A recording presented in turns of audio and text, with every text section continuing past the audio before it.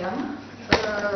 Atstovauju Kauno technologijos universitetą ir KTU edukologijos mokslinę mokyklą, kaip mes ir vadinam.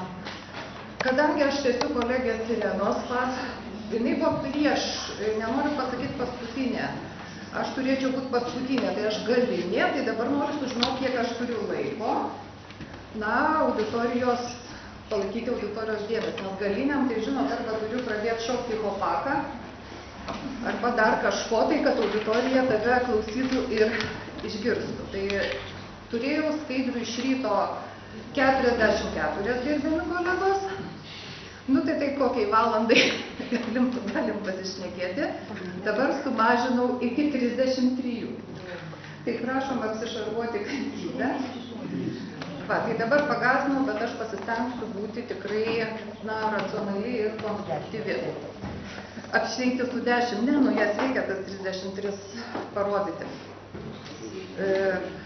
Dabar pranešimą, kaip matot, šitos yra dvi pavardės, pranešimą mes ruošiam kartu su mūsų vadovė profesorė Palmira Jucevičienė, jinai siunčia jums didžiausius linkėjimus, žinau, kad daug kas jos labai laukia, nes jinai, dėl jos veržlumo ir dėl visų kitų dalykų, iniciatyvumo, bet kokią mes šiandien turim problemą ir kodėl nėra profesorės, kaip tik šiuo metu vyksta mūsų institute vykdomos socialinės, dabar jau pedagogikos programos tarptautinė akreditacija.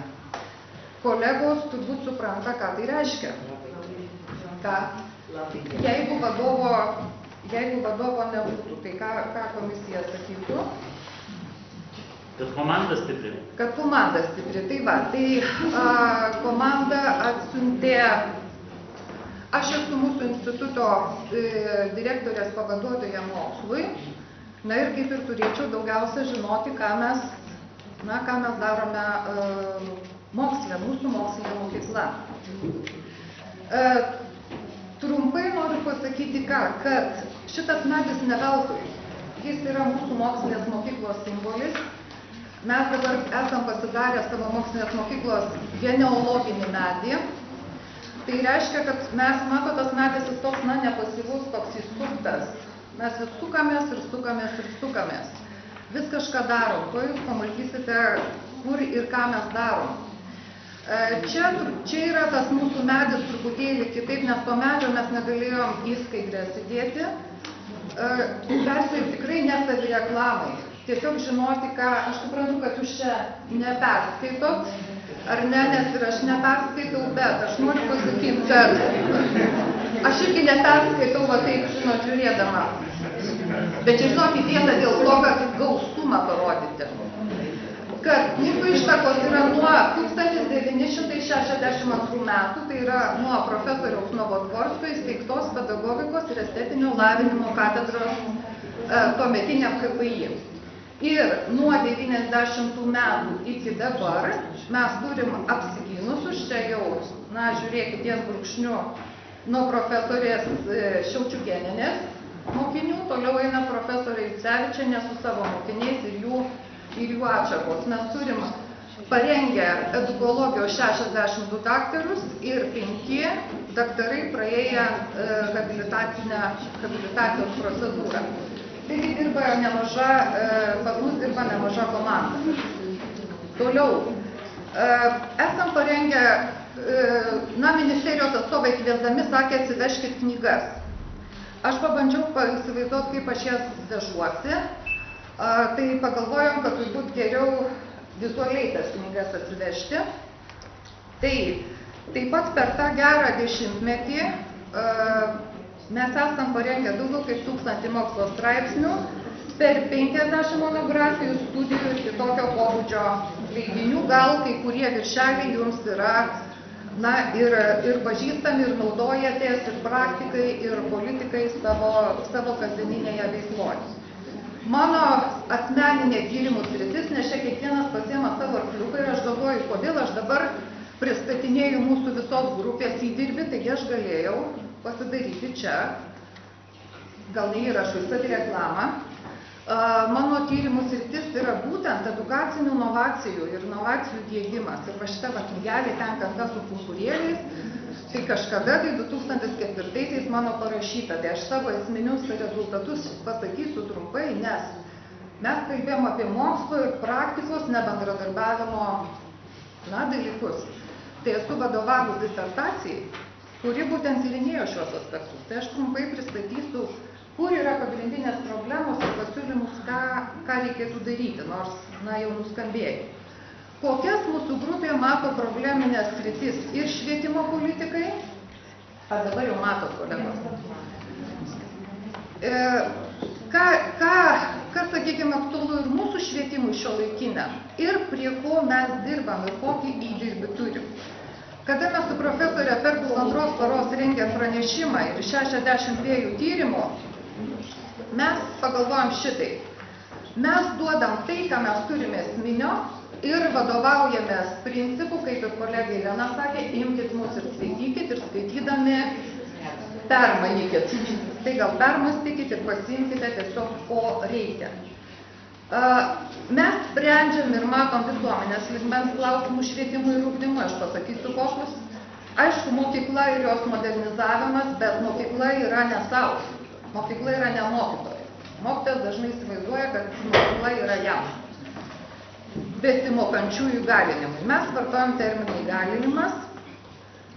Norint daryti reformas, diegti ugdymo turinį modernų, kas dabar planuojama ir 12-11 klasėse, turbūt visi pritarsit, reikia pedagogo kompetencijos. Ir daugelį dalykų pedagogo inovacinio potencialo įgalinimo. Toliau mes taip pavadinom, kalbėjo jau čia ir specpedagogai, mes vadinam taip socialinės apriepties problemų sprendimas. Yra atskirtis, bet tas atskirtis reikia, ar inkliuzijas, kaip mes pavadintumėm, reikia apriepties. Toliau, aukštosios mokyklos ir dėstytojų veiklos modernizavimas. Mokymosi partnerystės tinklai, besimokantis regionai ir panašiai. Ką parodė mokymosi tinklų tyrimas, kolegos iš universiteto Vilniaus sakė, nenorėjo duoti kai kurie tyrimų. Ta mūsų tyrimai ir parodė, mes norime dėstytojai, mes tyrėm dėstytojus apie partneriavimą. Dėstytojai nori imti, bet nieks nenori duoti. Taip, kad tendencijos kartojasi. Toliau inovacijos, toliau edukologijos mokslo metodologinės problemos. Čia ne šios auditorijos, ne šios dienos, bet terminijos problema ir tyrimo instrumentų problema. Mes jų prikuriam daug, kai kuriuos adaptuojam, reikėtų, reiškia, irgi susisteminimo šitų dalykų, nes beveik kiekviena disertacija ir tyrimas turi savo instrumentus. Taigi visuomenės lygmens klausimai švietimui. Plėtoti demokratiškumą kaip asmenybės bruožą. Ką mes norim pasakyti? Ne demokratiškumą kaip, tokį madingą žodį, buzzword dabar tapas, ar ne, bet pradėkim nuo savęs, pradėkim nuo žmogaus. Tai nėra taip paprasta. Apie ką dabar kalbam? Kokio mums reikia profesionalų? Verslininkų konfederacijos gerbiamas Lubys sako ką? Duokit mums specialistą. Neparengėt, nemoka varžtai sutinėt, taip? Mes truputėlį sakom, kad universitetinio parengimo specialistas pirmiausia turi būti generalistas. Vienis tai sukti išmoks. Taigi mes dirbam ir ties šitais klausimais. Toliau, kas mūsų grupiai, sakykime, tokia raudona gija tyrimų srity yra, tai yra kaip produktyviausiai ugdyti savo mokymosi gebančius valdyti individus. Mes kalbam apie mokymosi paradigmos, kaip realiai įdiegti mokymosi paradigmą. Mes kalbam terminais per mokymo sąveikos ir mokymosi paradigmą, žinau ir kitas klasifikacijas, apie klasikinę ir laisvąjį ugdymo paradigmą, tai jau čia yra susitarimo dalykas. Bet mes kalbam apie kiekvieno besimokančiojo įgalinimą mokytis. Aišku, Lietuvos piliečio kaip europiečio, bet aš pirmiausia pasakyčiau kaip ir savo šalies piliečio ugdymą. Gal buvo, šiek tiek per daug ir akcento iš pat pradžių Europai, bet, žinot, politiniai vėjai, tai sakė. Ką mes dabar turim? Jau iš senų laikų, sakykime, kad dar nebuvo panaudota, profesorė prašė labai pasakyti, kalbant apie demokratiškumą. Viena pirmųjų pas mus apgintų disertacijų buvo skirta Danijos liaudies aukštesniosios mokyklos modelio diegimui Lietuvoje. Žinau, kad bandymai buvo Rumšiškėse, tai buvo realūs dalykai, bet dėl visų dalykų, turbūt dėl sociokultūrinių. Kodėl buvo yra veikianti? Yra veikianti. Tai reiškia, buvo tada barjerai tuo laiku. Tai va. Bet, sakykime, šitie dalykai. Toliau, kalbant apie profesionalų rengimą, vėlgi labai svarbus humanitarinis, gamtamokslinis ugdymas, taip sakom, labai trūksta gamtamokslinės kompetencijos, ar ne? Kritinis mąstymas, talentų ugdymas, ugdymas karjerai. Visus šituos dalykus, taip pat mūsų mokslinėje grupėje, kas domisi, kam to reikia. Aš žinau, kad čia sėdi ir praktikai, ir politikai, ir asociacijų atstovai, ir kolegijų, matau atstovus. Imkit ir naudokitės. Ir filologinis išprusimas ir panašiai. Ką profesorė Jucevičienė sako? Aš dar anais sovietiniais laikais pagrindžiau modulinio mokymosi teoriją, kuri yra būtent aktuali ir į tašką dabar produktyviausiai ugdyti savo mokymąsi gebančius valdyti individus. Taip, mes turime modulius. Bet, ką profesorė sako, kad modulinio mokymo mes naudojam savo universitetuose, tik tai tą A raidėle pavadintą komponentą, tai yra informacija. Modulis kaip informacijos organizavimo idėja. Bet mes nepaimam kitų. Modulinis mokymas gali būti ir kaip mokymosi metodas, ir priemonė, ir panašiai. Dar viena skaudi vieta, čia jau gal profesoriai Šiaučiukėnienei, tai yra diferencijuotas mokymas. Jo esmė buvo visgi kaip įgalinti besimokančiuosius susiburti į dinaminės grupės pagal įvairius požymius ir susibūrus pasiekti mokymąsi be nesėkmių. Išgirskim šitos dalykus, ar ne į tai dabar einam. Seniai išleistos monografijos, seniai idėjos tiesiog imkime ir naudokim, jeigu dar nepanaudojom. Ties kuo mūsų grupė dar dirba. Kalbam apie mokymosi paradigmą, reikia diegti ugdymo, ne tik turinį, mes vadinam kurikulum, mes kurikulum suprantam, sakykim taip, visą ugdymo, sakykim taip, procesą, jo sudedamasias dalis ir realizavimą. Mūsų grupė yra dirbama ir ties teoriniais dalykais, kaip turėtų atrodyti tas konstruktyvizmo teorija paremtas kurikulum, mes tarptautinį žodį vartojam. Taip pat mes savo grupėje dirbom ir yra įvykdyti eksperimentai. Atskiruose dalykuose pasėdi daktarė Sandra Balevičienė, kuri įdiegė chemijos pamokose konstruktyvistinę pedagoginę sistemą. Ar teisingai, Sandra, sakau? Buvo. Ir leidinys išleistas, ir apie vandenį, ir kitus dalykus. Mes tyrinėjom ir kitas problemas. Mokyklos baimė. Kodėl vaikai bijo mokyklos? Pasirodo, didesnė yra mokymosi baimė, o ne socialinė baimė. Mokymosi veiksniai, bijom mokytojo, bijom krūvių, gal mažiau bijom draugų. Tai irgi tam buvo skirta atskira disertacija daktaro Algimanto Bagdono.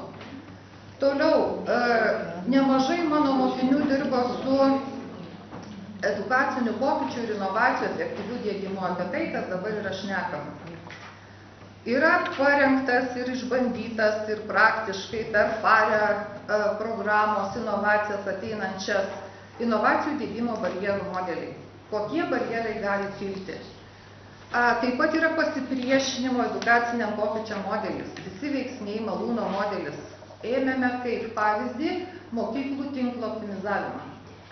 Kodėl pedagogai, buvo dvi respondentų grupės, pedagogai ir vadovai, ir net ir tėvai, ir kodėl priešinasi.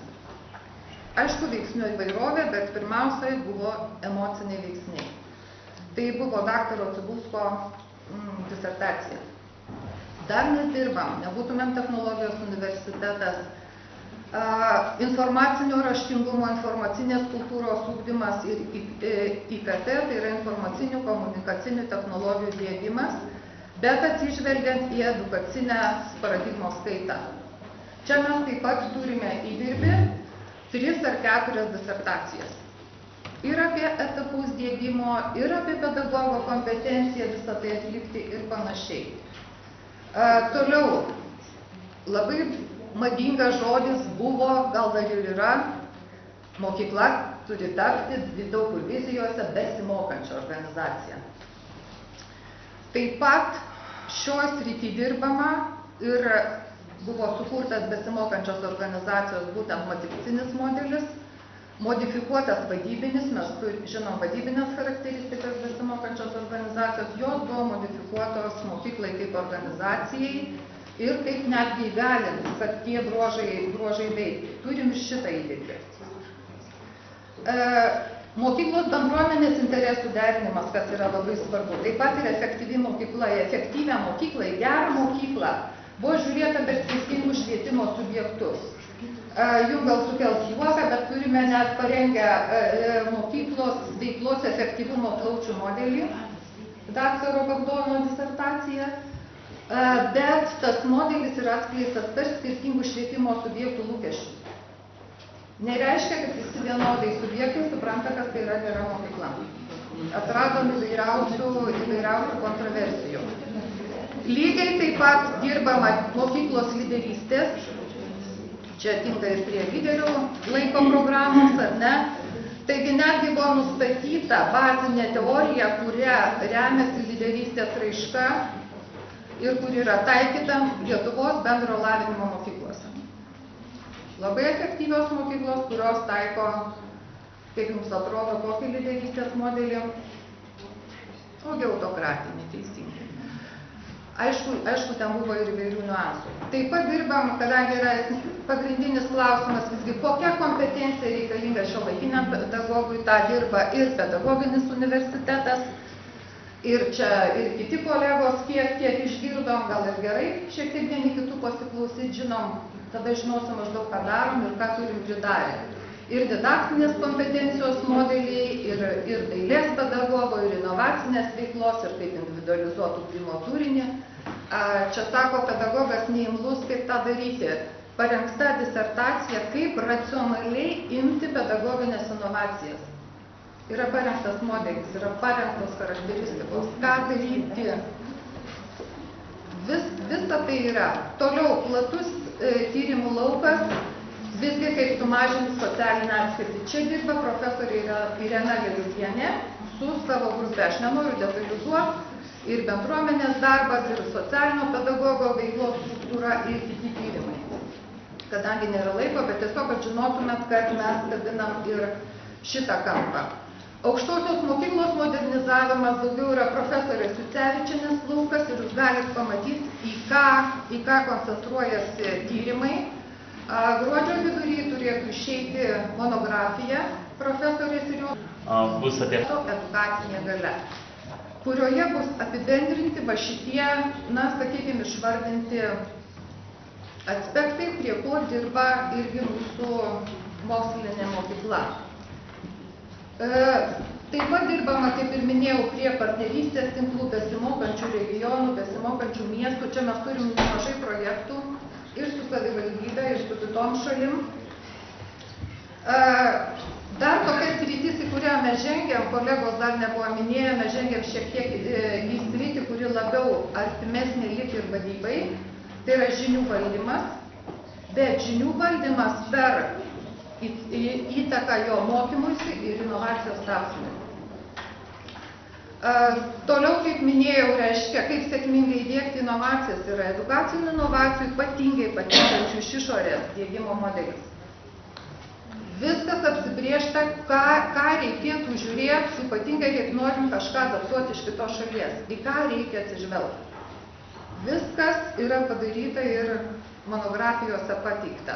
Aš pati intensyviai dirbu su individo inovacinės kultūros fenomenu ir ypatingai su individo inovacinės kultūros ugdymu. Ir dabar vienu su jos elementų yra antrepreneriškumo ugdymu. Taip pat turime projektą kartu su vadybininkais viešųjų ir verslo organizacijų inovacinės kultūros profiliai. Kaip mes ką ugdysim ir kaip mes būsim, kiek mes inovatyvus, priklauso nuo organizacijos profilio. Čia mes imsim ir švietimo institucijas tyrimam. Dabar tas buvo klausimas apie savalaikį patekimą. Ne ką daryti, kad mokslo žinios patektų savo laiku. Tai jau čia remsiuos tikrai atliktų disertacinių tyrimų rezultatais. Ir ką parodė šitie tyrimai, kad yra kelių lygmenų trikdžiai. Kompetenciniai. Iš abiejų pusių. Mokslininko kompetencija, priimančiojo kompetencija ir taip pat tarpininko kompetencija. Nes žinau, kaip dažnai būna, išklauso vienas kito seminarą, pasiema medžiagą ir bilda vesti seminarą tokį patį, tik tai jau pats. Ar neteko susidurti? Kad jūsų medžiaga būtų panaudota? Teko, tai va. Reiškia šitą, ką aš turiu galvoj kompetenciją, kolegos, iš tikrųjų, mokslo žinios turi būti perduotos suprantama kalba, aš pirmiausia sakau, kalba. Komunikuojama turi būti suprantama.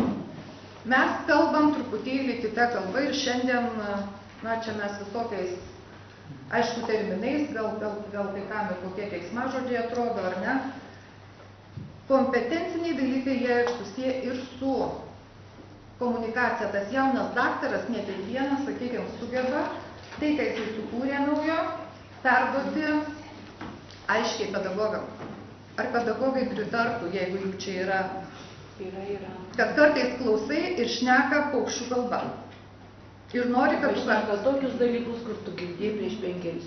Nu tai čia dar klausimas. Kur dar yra problema? Dažnai, ypatingai, kas čia yra profesinės veiklos srities kaita?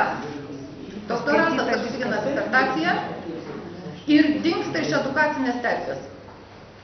Jis, pavyzdžiui, išeina dirbti į verslą, į dar kažkur tai, viskas. Ką norit, tą darykit. Kitas dalykas, iš kitos pusės, kaip ir iš, reiškia, mokslininko aktyvumo trūksta, kitas sakė, aš padariau disertaciją, ko čia iš manęs nori dabar, arba tyrimus. Padarėm, imkit, bet aš neįsiu į...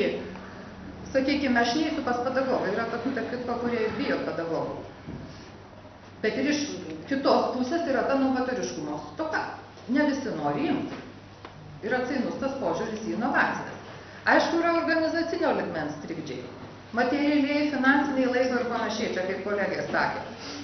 Nepamirškim, kad inovacija pati savyje turi daug savybių. Jis yra labai kompleksiška ir nuo jos savybių yra suprantamumas, santykinis pritaikomumas, čia paskaitą galiu skaityti. Ne kiekvieną inovaciją už tai priemam, nes jinai pasižymi arba nepasižymi tam tikrom savybės. Ir aišku, komunikacijos klaidos būdai, netinkami klaidos būdai. Kokie pasiūlymai? Aišku, sąveika, bet sąveika per ką? Čia siūlė kolegos, kažkas tai siūlė liktai sukurti centrą ministerijoje, ar ne, kur tos inovatyvios idėjos mes pavadintumėt netgi bankų. Sakykime, bet ne visų mokslo žinių, o tokių, kurios turi potencialą virsti inovaciją, kurią gali panaudoti pedagogai praktikai. Tai galėtų būti bankas ir netgi virtualus bankas. Nes, žinot, nenueisi į kokį, kaip į biblioteką, kad iš karto patektų į tą banką. Žinoma, tam reikia tam tikros paramos. Prie ko mes dabar dirbam? Jūs galite matyti, mūsų sritis, į kurias mes gilinamės ir toliau. Pagal šitas sritis labai prašom, kas suinteresuoti prisijungti. Mes turim ir tarptautinius projektus, ir projektus Lietuvoje. Mūsų tyrimo lauką matot ir mūsų kompetencija kokiose srityse yra, jūs taip pat matote. Prašom kreiptis, mūsų kontaktai yra tokie, EI, tai yra Edukologijos institutas, eta.ktu.lt. Ačiū už jūsų dėmesį. Tai tiesiog iki 13 metų galėsim skaityti disertaciją. Aš čia geranoriškai šiuo atveju. Žinot, viceministrė, o mes sakom ne disertacijas. Iš kiekvienos disertacijos ar monografijos turėtų išeiti, žinot, nors po lapelį ar pusantro esminių idėjų.